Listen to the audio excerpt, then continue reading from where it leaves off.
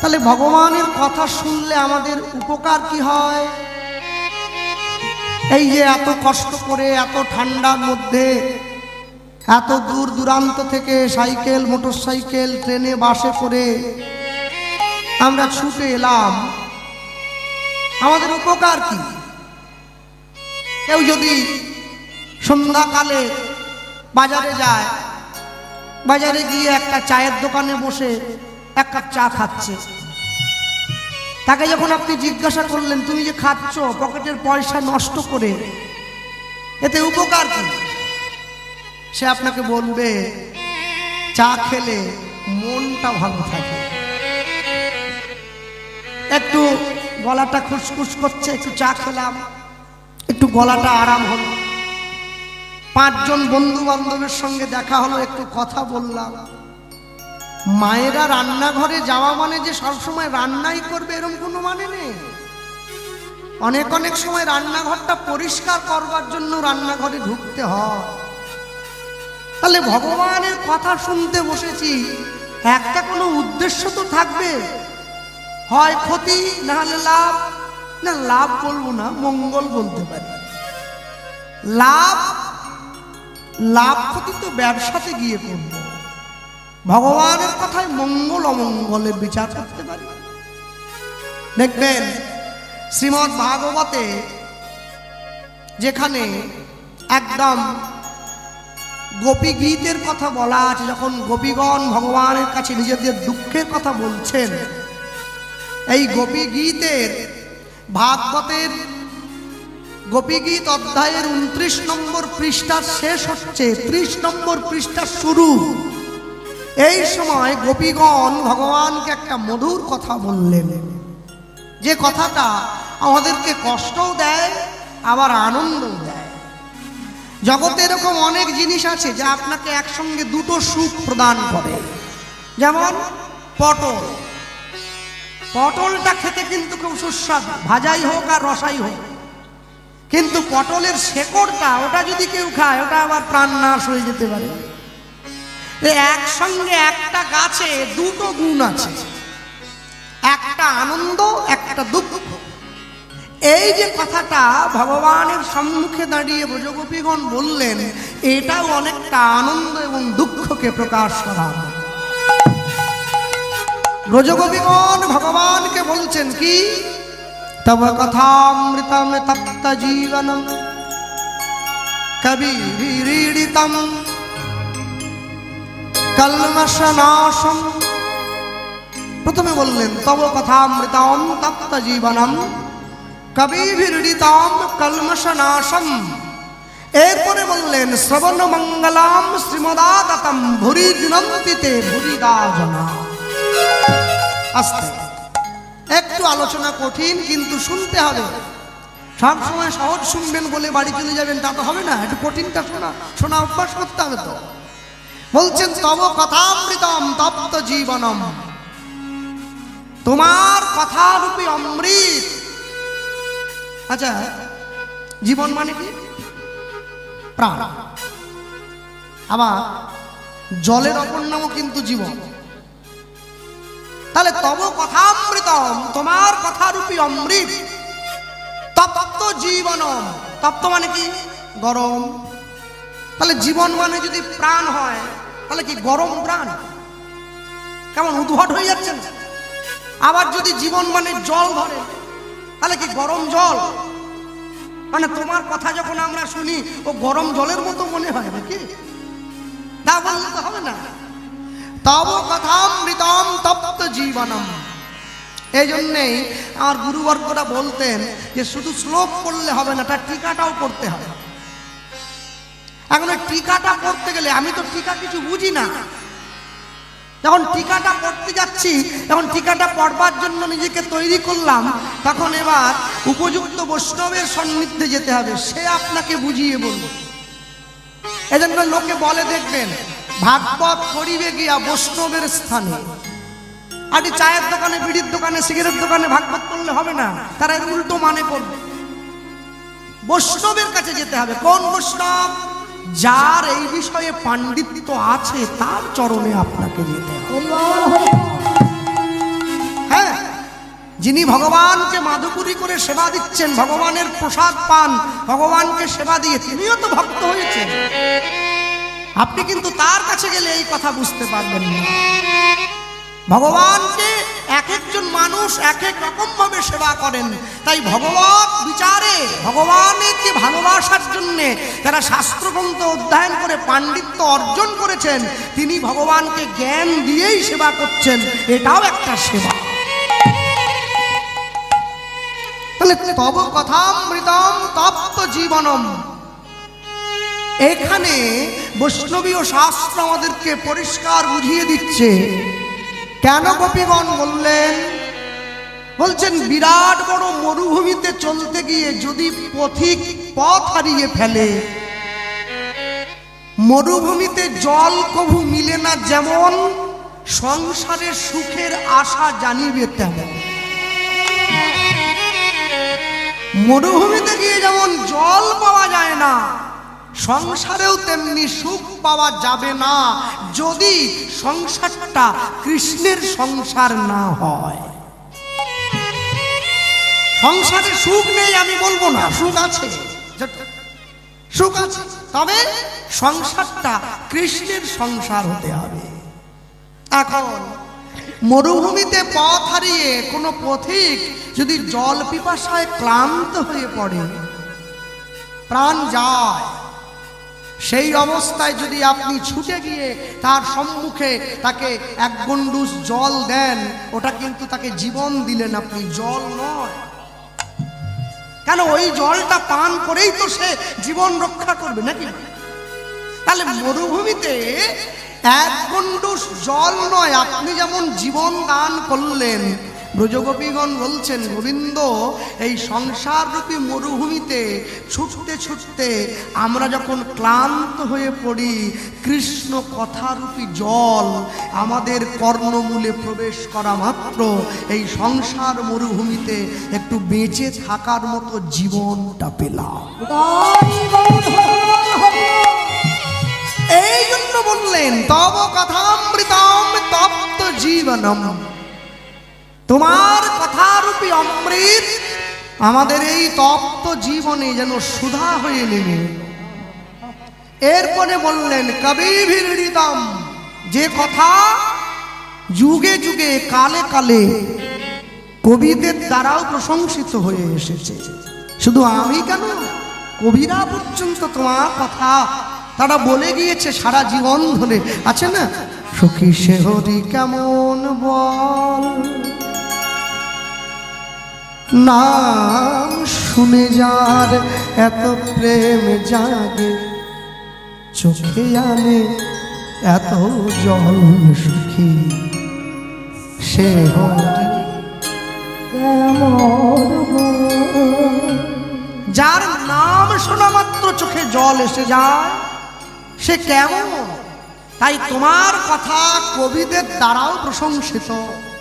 এরপরে বললেন তব কথামৃতম তপ্ত জীবনম কবিভির্হৃদম, তারপর বললেন শ্রবণ মঙ্গলম, শোনা মাত্রই কানের মধ্যে যখনই প্রবেশ করে এই কর্ণের মঙ্গল হয়। আস্তে জগতে দু রকমের বন্ধু হয়। আমার গুরুদেব বলতেন একটা ভালো বন্ধু, একটা মন্দ বন্ধু। দু রকমের বন্ধু বলছে শাখাশ্চ মিত্র এবচ পরিশুষ্যতি যাবতম। দু রকমের বন্ধু হয়। দু রকম বন্ধু কিরকম? যে ভালো বন্ধু হবে সে আপনি না চাইলেও আপনার ঘরে এসে আগে আপনার খোঁজ করে আমার বন্ধু কেমন আছে। এই তো আমার বন্ধুর ঘরটা অগোছালো হয়ে আছে, একটু গুছিয়ে দে। ভালো বন্ধু। কি বন্ধু, বিপদে পড়েছিস, এই নে 500 টাকা দাও, বিপদ থেকে উদ্ধার হবি। এ ভালো বন্ধু। যে সুখে দুঃখে আপনার পাশে থাকে, এটা ভালো বন্ধু।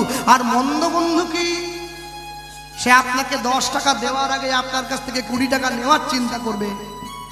আপনার সাজানো ঘরটা সে আরো অগোছালো করে দিয়ে চলে যাবে। তাই হরি কথা হচ্ছে আমাদের জীবনের ভালো বন্ধুর মতো।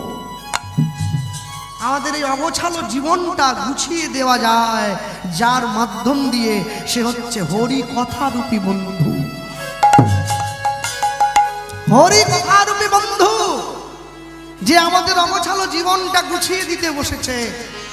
এখন যুধিষ্ঠির মহারাজ কৃষ্ণকে প্রণাম করতে গেছে কুরুক্ষেত্রের যুদ্ধের আগে। কৃষ্ণ তোমায় প্রণাম।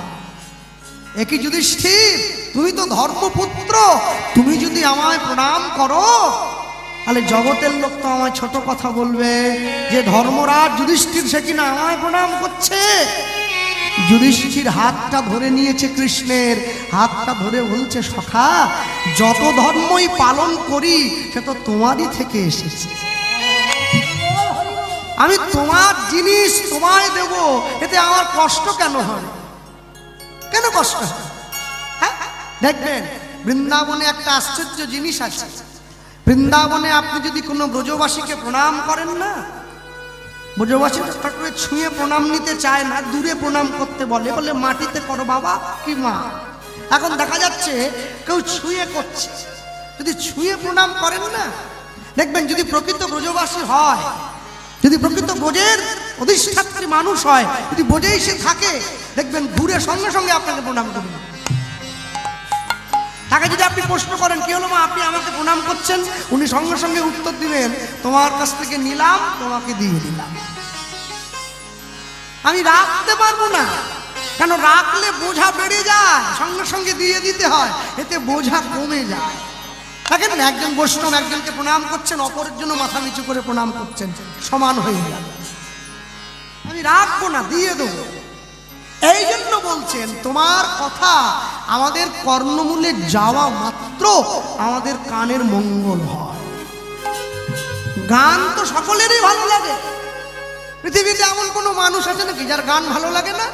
সবাই গান ভালোবাসে, এটাও যেমন ঠিক, সেই সঙ্গে সঙ্গে মনে রাখবেন ব্যাঙের গান কিন্তু সাপেরও ভালো লাগে।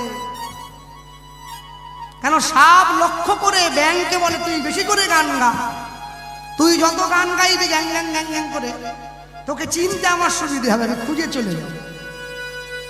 গান সবারই ভালো লাগে, তাই আমরা যে গাইছি গান এটা ভগবানেরও ভালো লাগে, আরেকজনের ভালো লাগে, কে জানেন? সে হচ্ছে মৃত্যু। মৃত্যু সব সময় লক্ষ্য রেখেছে তুমি ভগবানের গান বাদ দিয়ে বেশি করে করে গান গাও, তাহলে তোমার কাছে যেতে আমার আরো সুবিধে হবে। যত তুমি ভগবানের গান বেশি শুনবে, যত ভগবানের কথা বেশি শুনবে, তোমার কাছে আমাদের দেরি করে যেতে হবে। ছাতা মাথায় দিয়ে বৃষ্টিতে বেরোলে বৃষ্টির জলটা পড়ে, সরাসরি মাথায় পড়ে না, ছিটে একটু চারদিকে। ভগবানের কথাটা মাথায় রাখলে মরণটা আসে, সরাসরি টপ করে নিয়ে যায়, ধীরে নিয়ে যায়। তফাৎটা এই জায়গা। বলে তব কথামৃতম তপ্ত জীবনম কবিভিরৃতাম শ্রবণ মঙ্গলম। এবারে বললেন শ্রীমদাততম, এই কথা যারা দান করে তাদের উপরে দাতা জগতে কেউ হয় না। এরপরে বলছেন ভুরি গৃণন্তিতে ভুরিদা জানা, তাদের সঙ্গ করবে, তাদের কাছে যাবে। মহাজন লিখছেন গৌরাঙ্গ বলিতে হবে পুলক শরীর, হরি হরি বলিতে মোর নয়নে বহেনি। ভগবানের নামে নাচা যায়, ভগবানের নামে আনন্দ করা যায়, কিন্তু ভগবানের নামে সহজে কাঁদা যায় না, কাঁদতে গেলে অনেক কষ্ট করতে হয়।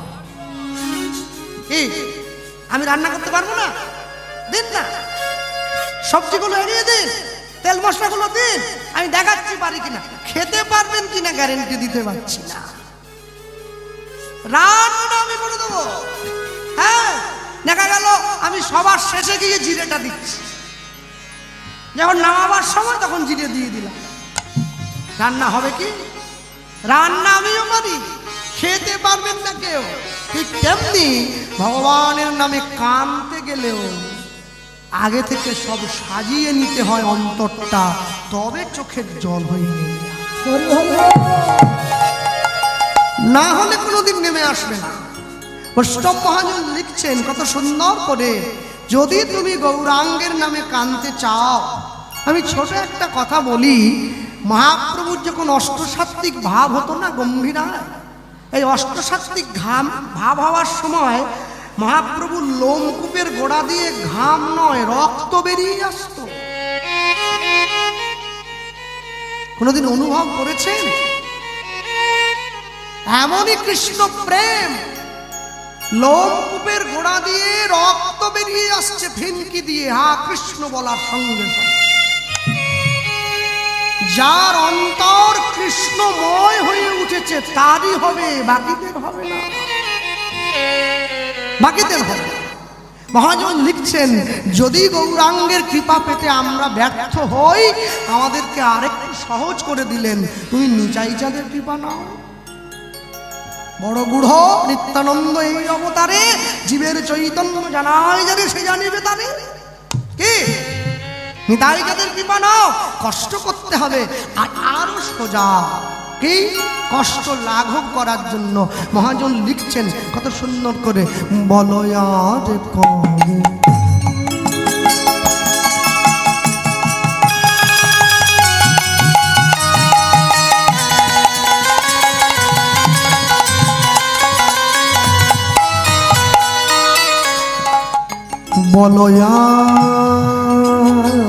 বলয়ার কবে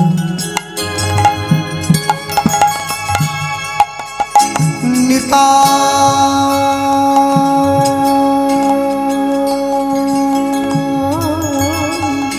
চাঁদ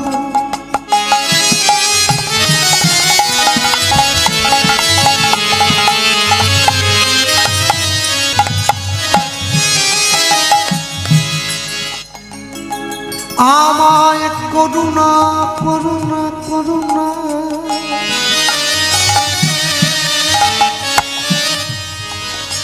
আমায় করুণা করিবে,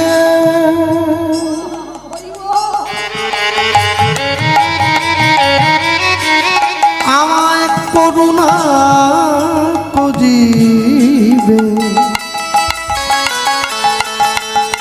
আমায় করুণা করিবে।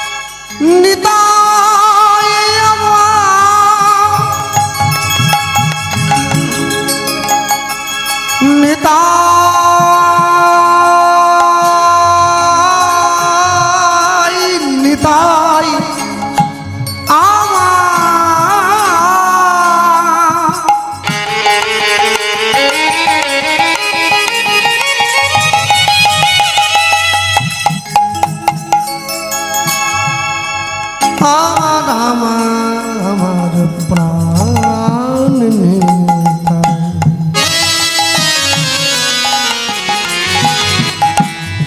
নিতাই নিতাই আমার ওই নয়া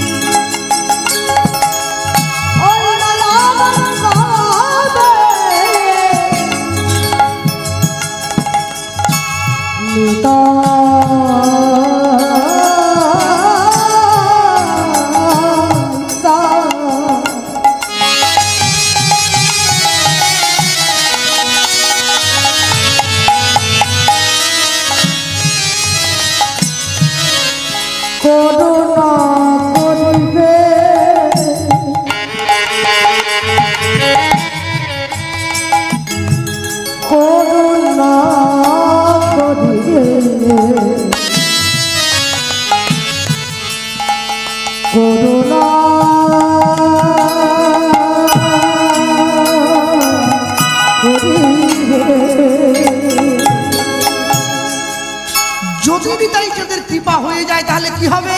সংসার বাসনা মোর কবে দূরে যাবে। অনুধ্বনি নিতাই গৌর হরিব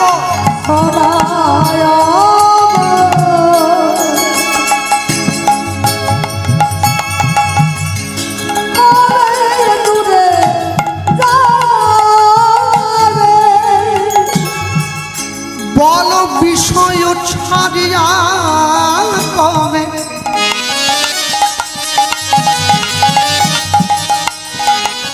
শুদ্ধ হবে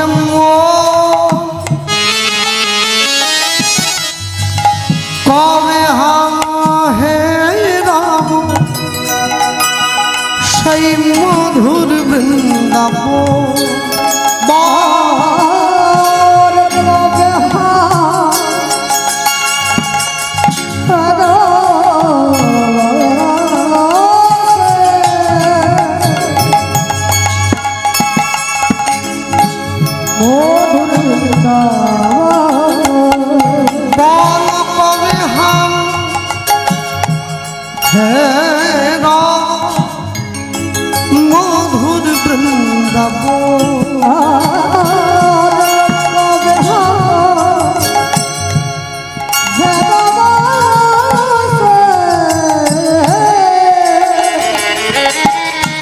মধুর বৃন্দাবন মধুর বৃন্দাবনে আমি কবে বা যাব। মধুর বৃন্দাবনে কবে বা যাব।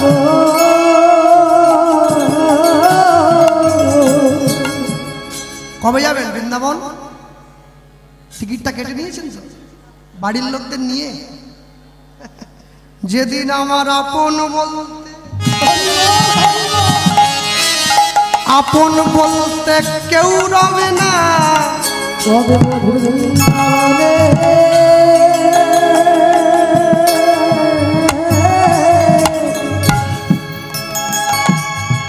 কবে বা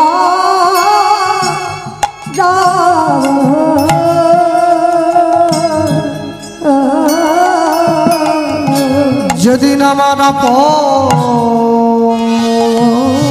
বলতে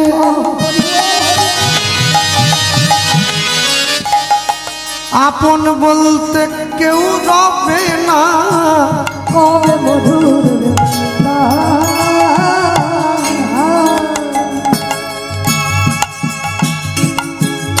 বলে যাবা বলি সেদিন গোবিন্দ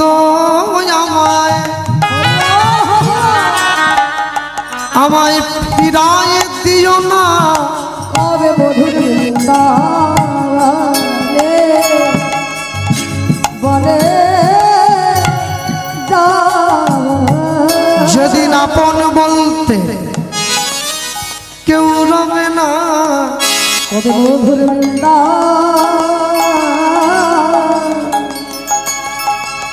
বলে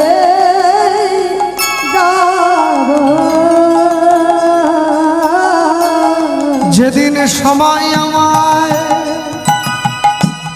সবাই আমায় সংসার হতে বিদায় করে দেবে মধুর বৃন্দাবনে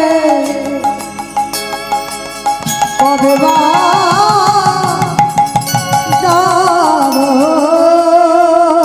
আমি আশ্রয় লইব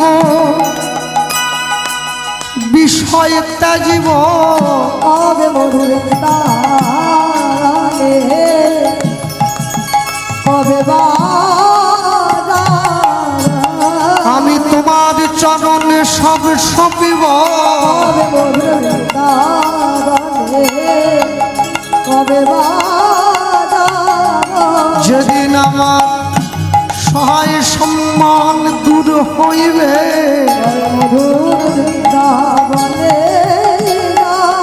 যেদিন তোমার চরণ বইয়ান ভজব না বৃন্দাবনে কবে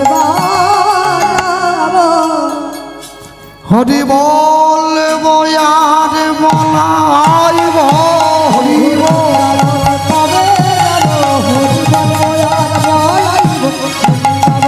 কবে যাব কবে মধুর বৃন্দাবনে আমি কবে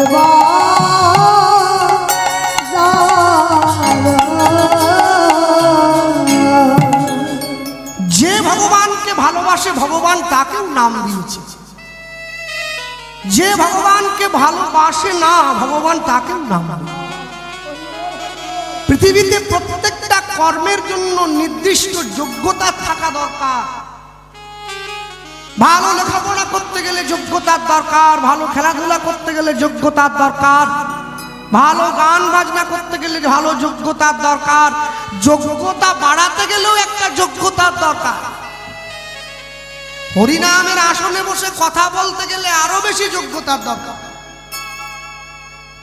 হ্যাঁ, মাথা নিচু করে রাখতে হয়, যে গায়ক সে দেখতে পাচ্ছে কিনা দেখতে হয়, দেখলে আবার ধরবে, কি আবার কথা বলছেন কেন।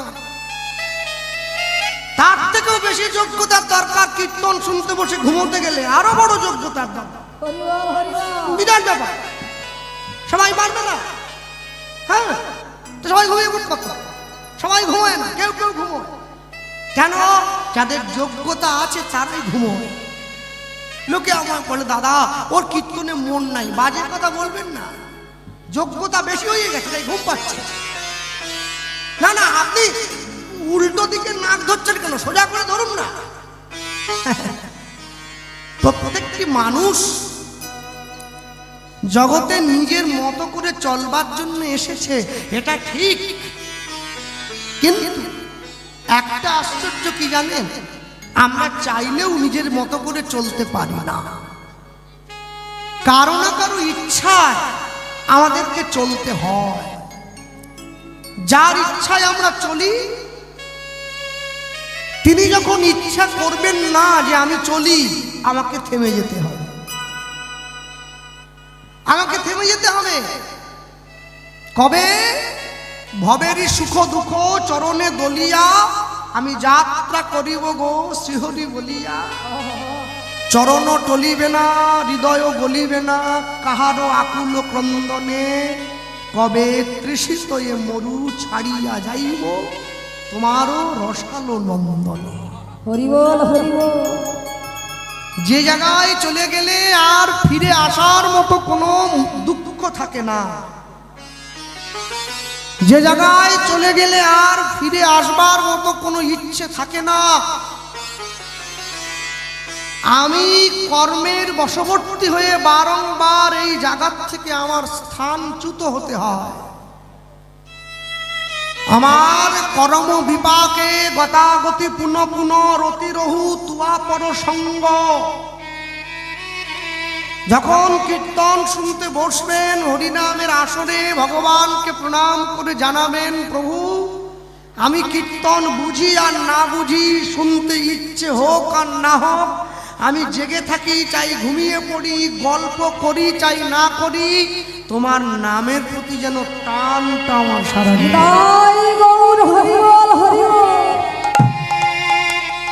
টানটা রাখতে হয়।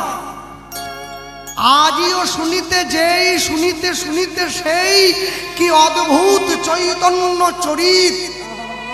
কৃষ্ণে উপজীবে প্রীত, বাড়িবে রসের রীত, শুনিলেই বড় হবে হিত, শুনতে থাকতে হবে। তাহলে এখন কথা, তাহলে জয়নিতাই কৃষ্ণবাবু, আচ্ছা আচ্ছা বলুন, এই অনেক মানুষকে দেখেছি, অনেক ভক্তকে দেখেছি, তারা হরিনামে গিয়ে কাঁদে, আমি কি করলে কাঁদতে পারবো? এই লোকে যখন নাচে ওদের দেখে আমার ইচ্ছে হয় আমি একটু নাচি, লোকে যখন হাসে আমার ইচ্ছে হয় ওদের দেখে আমি একটু হাসি, কিন্তু লোকে যখন কাঁদে তখন তো আমার চোখে জল আসে না। তাহলে বাকিগুলো এলো, এটা কোনো এলো না। কেন আসেনি জানেন? হরি নামে কান্না অনেকটা ছোঁয়াচে রোগের মতো। হ্যাঁ, আপনাদের গ্রামের নামটা কি? হ্যাঁ, তারারাট। বেশ, এই তারারাট গ্রামে একটা MBBS ডাক্তার আছে, 2000 টাকা ভিজিট, প্রত্যেক দিন 50টা করে রুগী দেখে। হ্যাঁ, 2000 টাকা করে নেয়। কত টাকা ও? তো ও চিন্তা করলো, আমি এত বড় ডাক্তার, আমি যদি আমার নিজের ব্যাগটা নিজে বয়ে নিয়ে যাই, আমার সম্মান যাচ্ছে না। এই কীর্তনিয়া গাড়ির থেকে নেমে তার নিজের ব্যাগটা নিজে বয়নি, কমিটিকে দিয়ে দেয়। এই তো ডাক্তার, কোনো কথাই হয়। ও একটা লোক রেখেছে ওর ব্যাগ বওয়ার জন্য। তুই আমার ব্যাগটা বই দিবি, তোকে খাওয়া দেবো, আর প্রত্যেক দিন 200 টাকা করে। ও বলে, বাহ, শুধু ব্যাগ বই, ডাক্তারের খাবো, ডাক্তারের দামি গাড়ি, হ্যাঁ, আবার 200 টাকা দেখে কে আমার ডাক্তারবাবু? হ্যাঁ বল, 100 বাড়ি দিলে ভালো হতো না? মানে আমি গরিব মানুষ। ঠিক আছে, 300 করে দিলাম, যা, তোরটাও থাক আমারটাও থাক, 300। ও ডাক্তারের সঙ্গে সঙ্গে ঘুরছে ব্যাগ নিয়ে নিয়ে। 6 মাস কাজ করার পরে ওকে ডাক্তারবাবু জিজ্ঞাসা, হ্যাঁ রে, লেখাপড়া শিখেছি? বিএ পাসটা করছি। বাহ, ইংরেজি বলতে পারিস? বাংলা ভালো পারি না, কিন্তু ইংরেজি ভালোই পারি। হ্যাঁ, এখন তো আমাদের নেশা লেগে গেছে, বিদেশিদের চাকর হতে হবে, ইংরেজি শিখতে হবে। বাংলা যেমন তেমন, ইংরেজি জলের মতন। Jack and Jill went up the hill to fetch a pail of water, Jack fell down bro. ইংরেজি শিখতে হবে, বাংলা ভুলে যাওয়া। আহারে, আমরি বাংলা ভাষা, মোদের গরব, মোদের আশা। ইংরেজি বাদ দাও, বাংলা না, না, বাংলা ছেড়ে দাও, ইংরেজি মুখস্থ করো। বিদেশিদের চাকর হতে পারলে নিজেকে ধন্য বাঙালি বলে মনে করি না। দত্ত এখন আর দত্ত নেই, দত্ত এখন ড্যাট হয়ে গেছে। আর দত্ত বললে ছোট মনে হয়, ড্যাট। ডাক্তারবাবুর ব্যাগ বয়।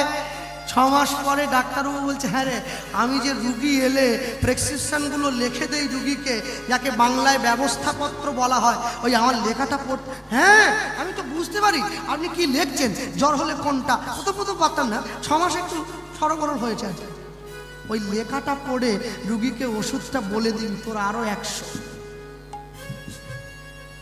রুগীর খাটনি কমবে, আমি রুগীর কাছ থেকে আরো 500 নেবো, তোকে 100 দেবো, আমার 400, তোর 100। 10 মিলে করি কাজ, হারে যেতে নাহি রাজ। চুরি করলেও 10 জনে মিলেই করবে, ক্ষতি কথা। বাহ, সুন্দর। 20 বছর ব্যাগ বয়েছে। 20 বছর পরে এই গ্রামের মোড়ে ও নিজে একটা ব্যানার লাগিয়ে দিয়ে বলে, আমি তো ডাক্তার। ও শিখে গেছে কখন কোন ওষুধটা লিখতে হবে।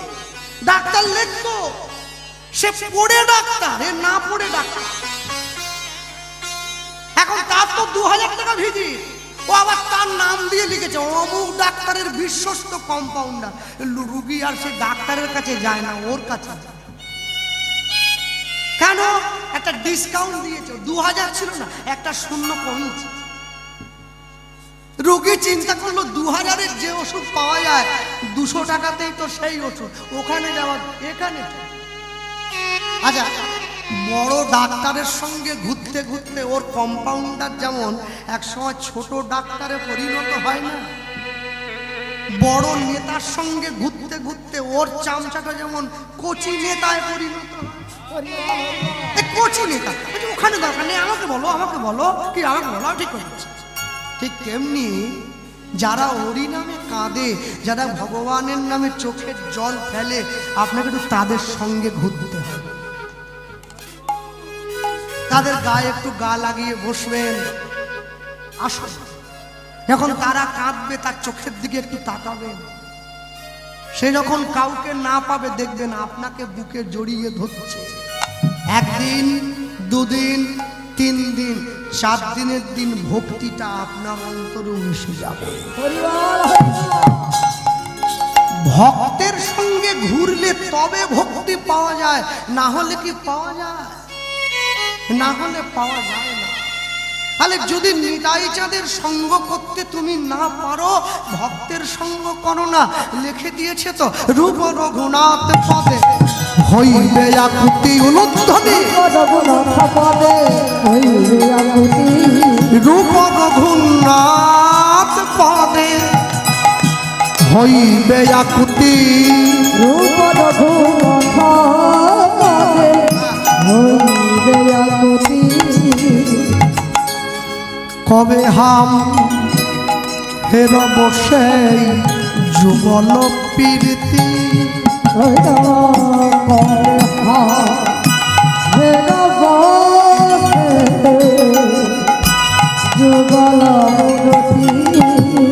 ওই না কবে হাম হেরব সেই যুগল প্রীতি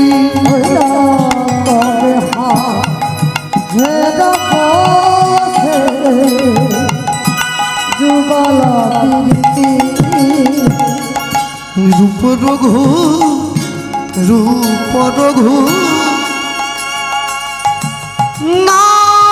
নাথ পদে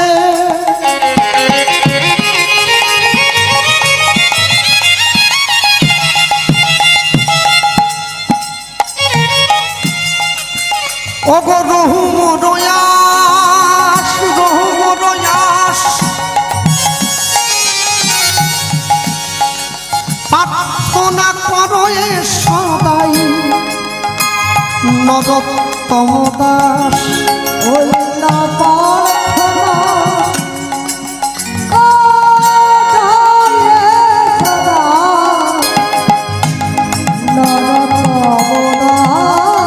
ওই না প্রার্থনা করো এ সদাই নরোত্তম দাস ওই না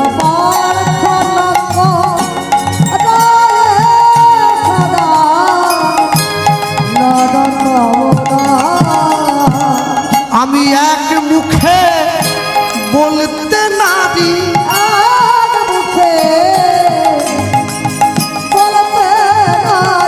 আমি এক মুখে বলতে নারী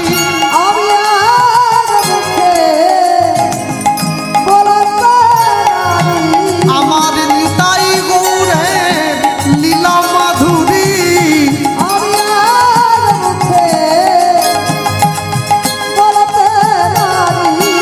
আমি যতবার বলি ততবার হারি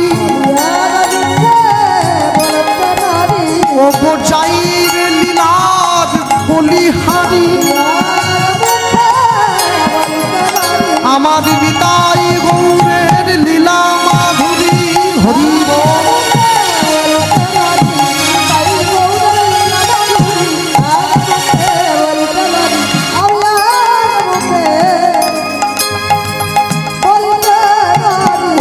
প্রার্থনা করো এ সদাই নরোত্তম দাস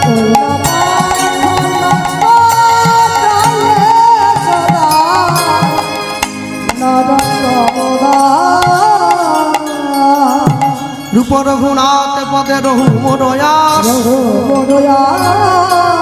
প্রার্থনা করো এ সদাই নরোত্তম দাস